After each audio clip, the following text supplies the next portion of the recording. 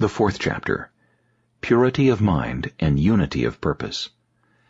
A man is raised up from the earth by 2 wings, simplicity and purity.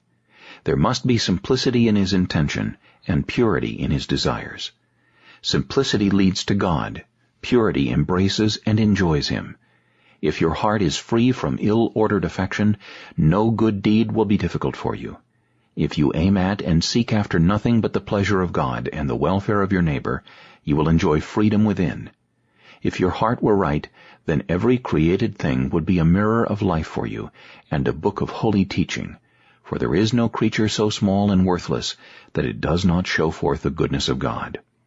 If inwardly you were good and pure, you would see all things clearly and understand them rightly, for a pure heart penetrates to heaven and hell, and as a man is within, so he judges what is without. If there be joy in the world, the pure of heart certainly possess it. And if there be anguish and affliction anywhere, an evil conscience knows it too well.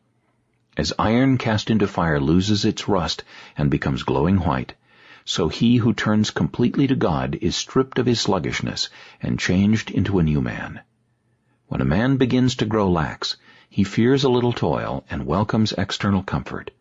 But when he begins perfectly to conquer himself and to walk bravely in the ways of God, then he thinks those things less difficult which he thought so hard before.